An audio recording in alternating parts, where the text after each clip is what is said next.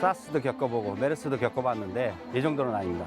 이건 아주 심각합니다. 지금 이런 식으로 공장 가동률이 떨어진 거는 저희가 없고 참담한 심정입니다. 상점이 문을 닫고 비행기가 멈춰서고 공장은 가동을 중단했습니다. 코로나19가 가져온 경제 충격. 과거에 단순한 전염병으로 인한 잠시 멈춤이 아니라 실물 위기, 금융 위기가 복합적으로 나타나는 상황으로 전개되고 있어서 97년, 2008년 위기하고 대비되고 있습니다. 지금 보시면 우리나라 직접적으로 실물 시장에 영향이 있고요. 추가적으로 또 미국이나 전 세계적으로 어려움을 겪고 있기 때문에 우리나라 입장에서는 훨씬 더 큰 사건이 될 가능성이 있습니다. 그동안 낯설어 있던 비대면 활동, 온라인 기반의 활동이 코로나19 사태로 인해 우리 삶에 바짝 다가왔습니다. 전문가들은 이번 사태가 오히려 기술 혁신의 기회가 될 수 있다는 의견을 내고 있습니다.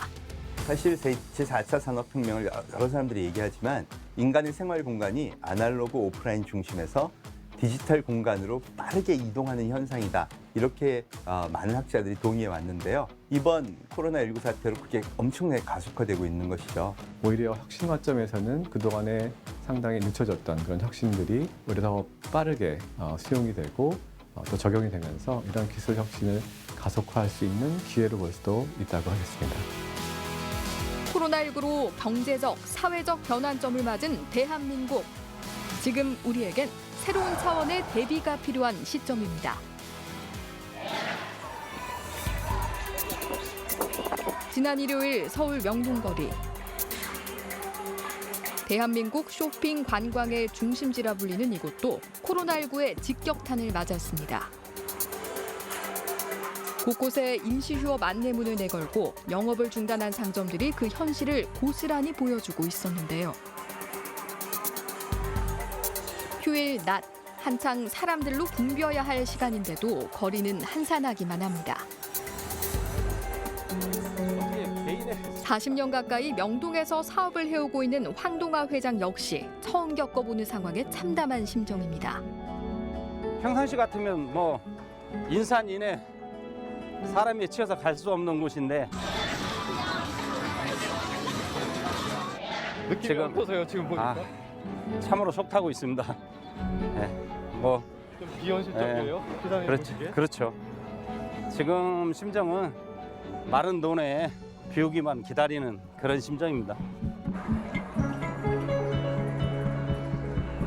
다양한 길거리 음식으로 오가는 사람들의 발길을 잡았던 노점도 상황은 마찬가지.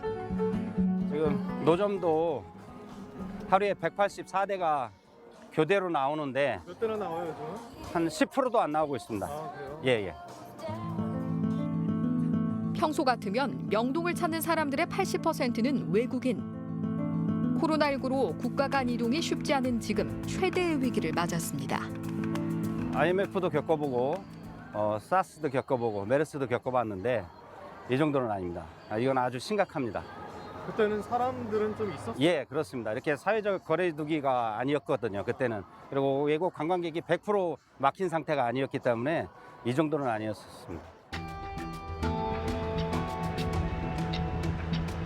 전 세계 하늘길이 끊기면서 항공업계도 경영위기에 빠졌습니다.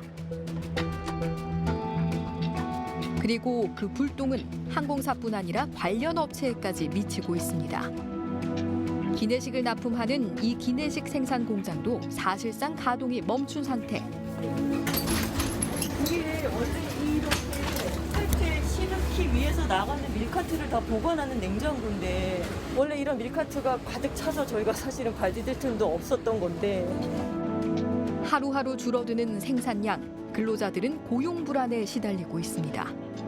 이미 직원의 80% 이상이 근무를 중단했습니다. 이곳에 이제 협력업체분들이 약 2,000명이 근무하고 계셨는데요. 지금 그중에 절반 이상이 지금 사직을 당해서 못 나오고 계시고 또 그 나머지 1,000명 중에 많은 분들이 출근을 못하고 계십니다. 무급휴직 등을 통해서. 전 세계적으로 확산, 장기화 국면으로 접어들고 있는 코로나19 사태. 전문가들은 단순한 전염병 감염 사태를 넘어 세계 경제에까지 충격을 줄 것으로 전망하고 있습니다. 사태 초기에는 저희가 이번 코로나 사태가 사스하고 메르스 때하고 비교를 했습니다. 양상도 비슷했고요. 중국에서 발발한 전염병이 확산되면서 경제적으로 피해를 미치는 정도가 이제 요번 거랑 유사하다고 했는데 사태가 전개되는 양상 자체가 그 범위를 넘어섰어요. 그래서 지금은 굉장히 충격을 측정하는데 사스 메르스를 비교하는 게 아니라 2008년의 금융위기, 그다음 1997년에 저희 외환위기 때하고 좀 비교를 하고 있습니다. 한국 경제의 쓰라린 고통이었던 1997년 외환위기. 3천여 개가 넘는 기업들이 줄도산했고 환율과 실업률은 폭등했으며 나라 전체가 힘겨운 시기를 보내야만 했습니다. 미국 리먼 브라더스사의 파산으로 본격화된 2008년 금융위기 역시 세계를 불황의 늪에 빠져들게 했습니다. 전문가들은 지금의 경제 흐름이 과거 위기 상황과 비슷한 양상을 보인다고 분석합니다. 경기 예측 지표로 활용되고 있는 기업 경기 실사지수 BSI, 100보다 작아질수록 경기 전망을 부정적으로 보는 기업이 더 많다는 건데요. 외환위기였던 1997년 말에는 석 달 사이에 57포인트가, 2008년 글로벌 금융위기 당시에는 넉 달 사이 46.3포인트가 하락했습니다. 그런데 코로나19의 경우에는 3월과 4월 불과 2달 사이 32.7포인트가 빠졌습니다. 기업들이 이번 코로나19 사태로 느끼는 위기감이 그만큼 크다는 건데요. 4월 이후도 어떻게 될지 가늠할 수 없는 상황. 가장 안 좋은 케이스 생각을 해보시면은 일단 코로나 사태로 기업이 이제 파산할 수가 있을 것 같고요. 기업이 이제 파산을 하게 되면은 기업이 이제 부채 같은 게 있을 텐데 그 부채는 뭐 금융권이 가지고 있을 가능성이 있고요. 그래서 이 기업 파산이 금융권 부실화로 이어지면서 잘못하면 이제 이전에 뭐 2008년에도 있었던 금융위기 같이 확대가 되면은 그런 경우는 이제 굉장히 어려워질 가능성이 있습니다. 국제통화기금은 지난 14일 공개한 세계 경제전망 보고서를 통해 세계 경제 사정이 대공황 이후 최악이란 평가를 내렸습니다. 올해 세계 경제 성장률도 마이너스 3%로 낮춰잡아 글로벌 금융위기 이후 처음으로 세계 경제가 축소될 것으로 전망했습니다. 한국의 경제 성장률 전망치도 낮춰 마이너스 1.2%가 될 것으로 전망했는데요. 이대로라면 한국 경제 역시 외환위기 이후 처음으로 역성장을 경험하게 됩니다. 더 큰 문제는 코로나19 사태가 언제 종식될지, 또 종식 이후 세계 경제가 곧바로 반등할지도 불확실하다는 겁니다. 장기적인 경기 불황에 대비해 과거 경제 위기 때와는 차원이 다른 새로운 대응이 필요한 시점.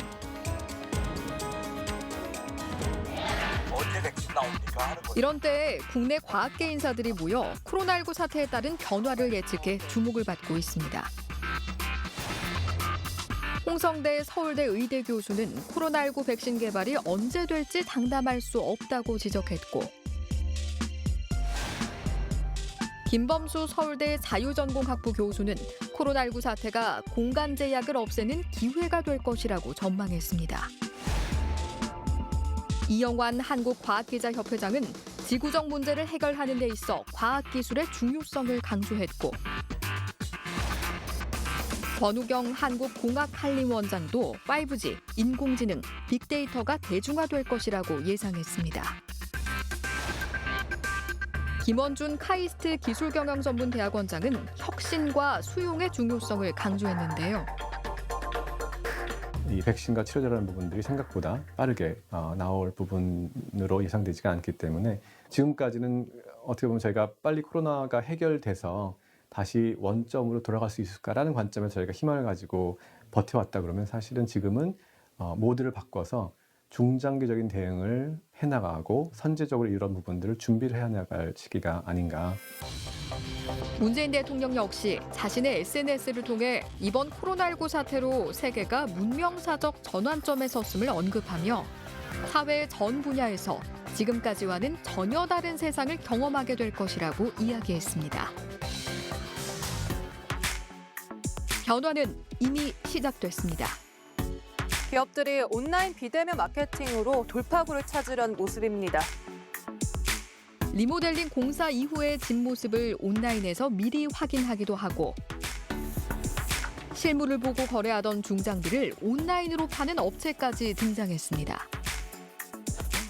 빠르게 전자상거래를 적용한 업체들은 코로나19 위기 상황에도 신속하게 대응하고 있습니다. 수확해서 그날 저희가 택배를 보내면 그 다음날 배송이 되거든요. 신선하다 보니까 개인들이 이렇게 인터넷 직거래를 많이. 재래시장도 예외는 아닌데요. 자체적으로 전용 어플을 만들고 배달을 해 상인들을 돕고 있는 겁니다. 서버가 지금 다운될 정도로 이렇게 많은 손님이 오셨어요. 그리고 또 놀장을 통해서 저희가 여기서 매출을 못 올리는 매출을 올릴 수 있어서 요즘 코로나 때문에 경기도 없고 너무 힘들잖아요. 그런데 이렇게 매출 많이 늘었어요. 그래서 깜짝 놀랐어요. 코로나19 사태 이후로 접촉이 없는 서비스, 영어로 언택트 서비스 수요가 크게 늘고 있습니다. 안녕하십니까. 심지어 채용도 화상면접 플랫폼을 통해 이루어집니다. 대면 접촉 없이 온라인으로 치르는 면접 시험, 올해 들어 벌써 1000건에 달한다는데요. 20대 초반부터 50대까지 다양한 연령층이 이 모바일 기반으로 비대면 면접을 보고 있고 필요한 채용을 지키는 데 있어서 비대면이 관심을 받게 되면서 되게 다양한 기업들이 연락을 주고 있습니다. 상점에 가지 않고 휴대폰으로 쇼핑을 하고 극장에 가는 것보다 집에서 TV 속 영화를 골라보는 경우가 늘었습니다. 이 코로나19의 이 전파력이 너무 강해서 사람들이 이제 컨택을 두려워하게 됐고 서로 사람과 사람이 접촉하지 않고서 생활할 수 있는 것들을 기본으로 이제 활용하게 됐죠. 그러다 보니 대한민국에서 지금 온라인으로 무언가 서비스를 제공하는 기업들은 다른 기업들이 위기인 반면에 이들은 엄청난 기회를 맞게 된 것이죠. 전문가들은 코로나19 사태로 인해 전 연령, 전 산업 깊숙이 디지털 혁신이 빠르게 진행될 것으로 전망하고 있습니다. 새로운 혁신과 기술이 들어왔을 때 얼마나 많은 사람들이 수용을 하고 그것을 통해서 사회적인 변화를 일으키는가가 중요한 부분인데 대개는 이런 수용이 기술 혁신에 있어서 가장 중요하고 어려운 부분 중에 하나입니다. 이런 코로나 사태로 인해서 어쩔 수 없이 이제 새로운 기술들을 받아들여야 되고 그런 것들을 실제로 적용을 해야 되는 그런 상황들이 오기 때문에 오히려 혁신 관점에서는 그동안에 상당히 늦춰졌던 그런 혁신들이 오히려 더 빠르게 수용이 되고 또 적용이 되면서 이런 기술 혁신을 가속화할 수 있는 기회로 볼 수도 있다고 하겠습니다. 중국 최대 온라인 쇼핑몰을 운영하는 알리바바 그룹. 1999년 세워진 이 회사가 지금처럼 세계적 규모로 성장한 건 바로 2003년 사스가 계기였습니다. 그해 5월 10일 직원 중에 첫 사스 의심 환자가 나왔는데 당시 마윈 회장은 이런 위기 상황에서 뜻밖의 선택을 하게 됩니다. 그때 사스 환자가 나오자마자 정말 엄청난 위기가 닥쳤죠. 회사도 뭐 폐쇄해야 되고 진짜 큰일 났다 그랬는데 가만히 있어봐. 사스가 등장해서 모든 사람들이 이 언택트, 즉 디지털 플랫폼에서 뭔가 구입하거나 집에 혼자서 생존하려면 오히려 온라인은 엄청난 기회다. 그래서 그걸 기회 삼아 투자를 했던 게 성공의 밑거름이 됐다고 하죠. 저는 여기가 교훈의 포인트라고 생각합니다. 경기도 시흥에 있는 한 공장. 굴삭기에 장착되는 부속장치, 어태치먼트를 생산하는 회사입니다. 생산품의 대다수가 외국으로 수출되는 만큼 이 회사 역시 코로나19의 타격을 받고 있는데요. 그나마 장기 운송 물품들은 아직까진 선적이 가능해 공장이 멈추진 않고 있습니다. 요거는 이제 그 크로아티아에 수출되는 제품입니다. 예. 아직 수출을 하고 있어요.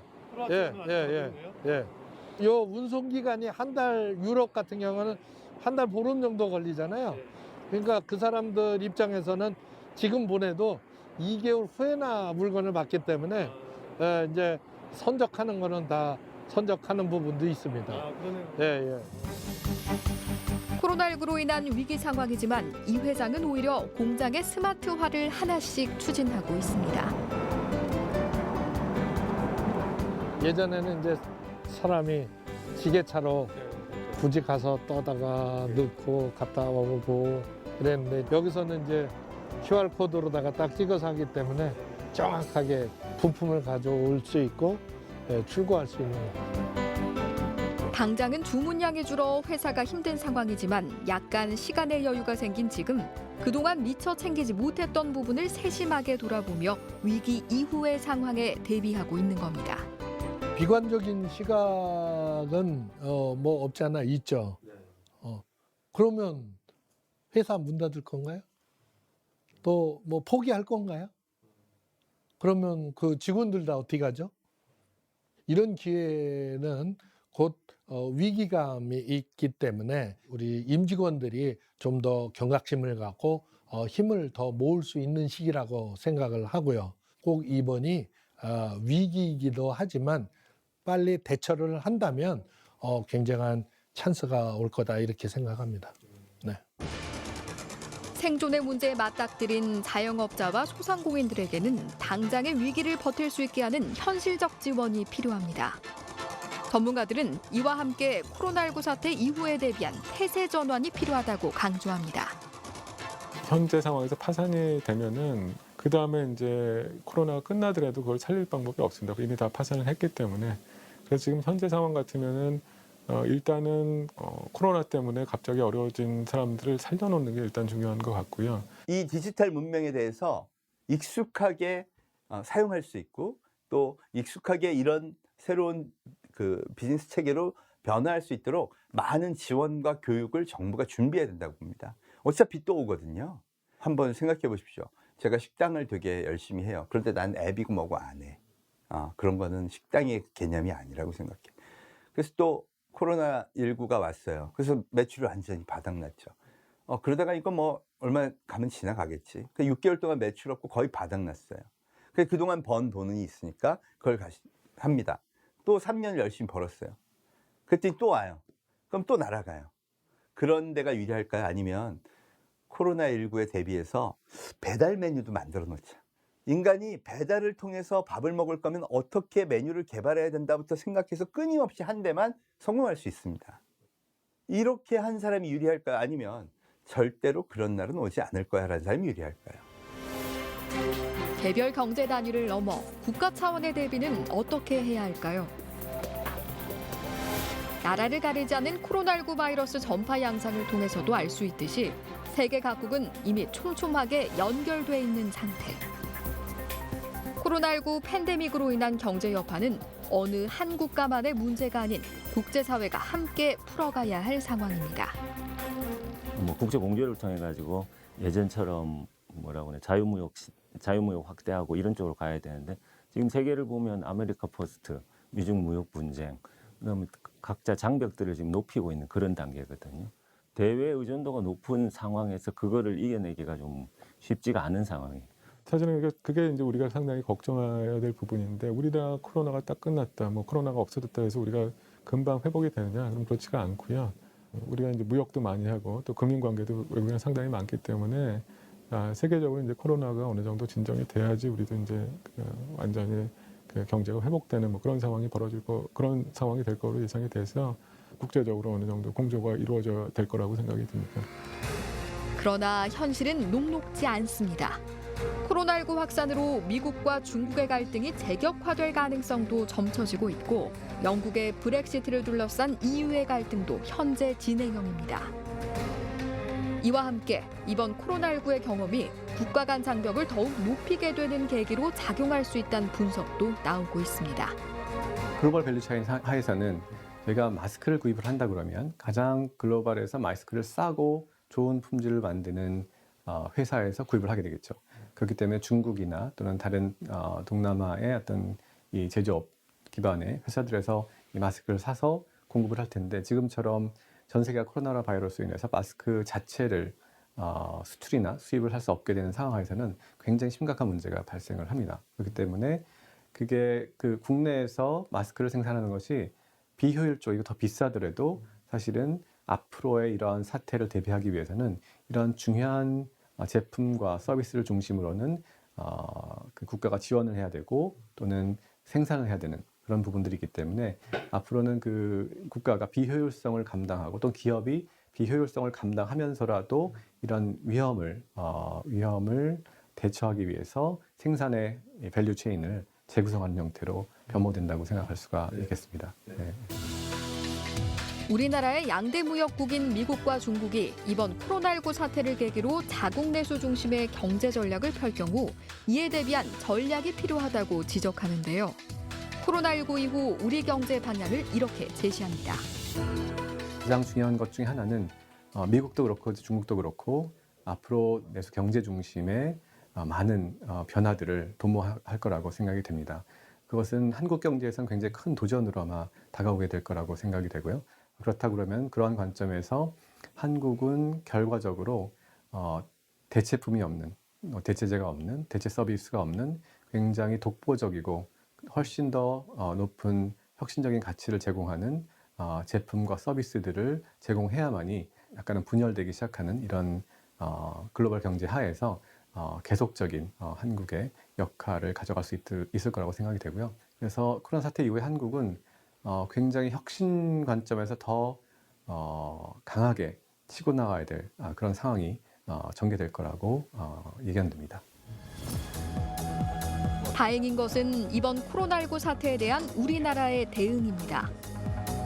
엄격한 봉쇄 조치 없이 코로나19를 통제하고 질병과 관련한 모든 정보를 투명하게 공개해 국제사회의 모범이 되고 있는 만큼 이 기회를 살려 우리나라가 국제공조를 이끌어내고 국제사회를 선도해가는 발판으로 삼아야 한다는 겁니다.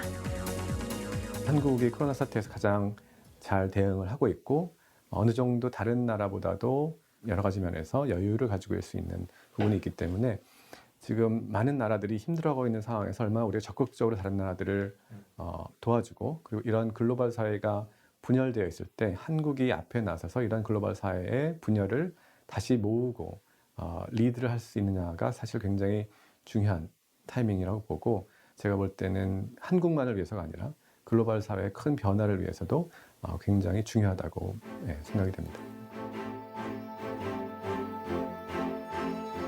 전 세계를 충격에 빠뜨린 코로나19.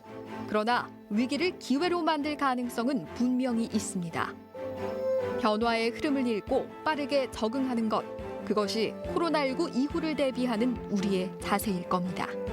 위기를 극복하는 자만이 그만큼 더 큰 찬스를 잡는다고 생각을 하고 있거든요.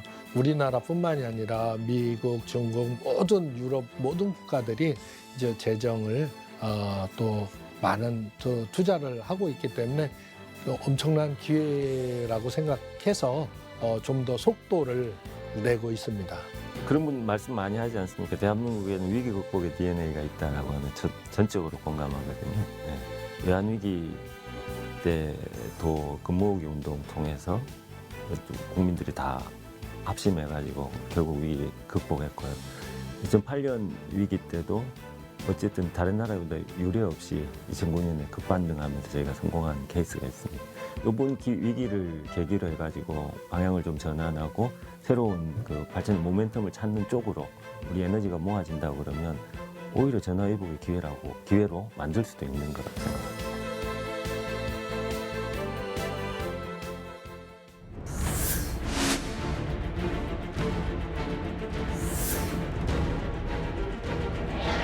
사람들의 이동, 또 물류의 이동 이런 것들이 완전히 끊겨버렸잖아요.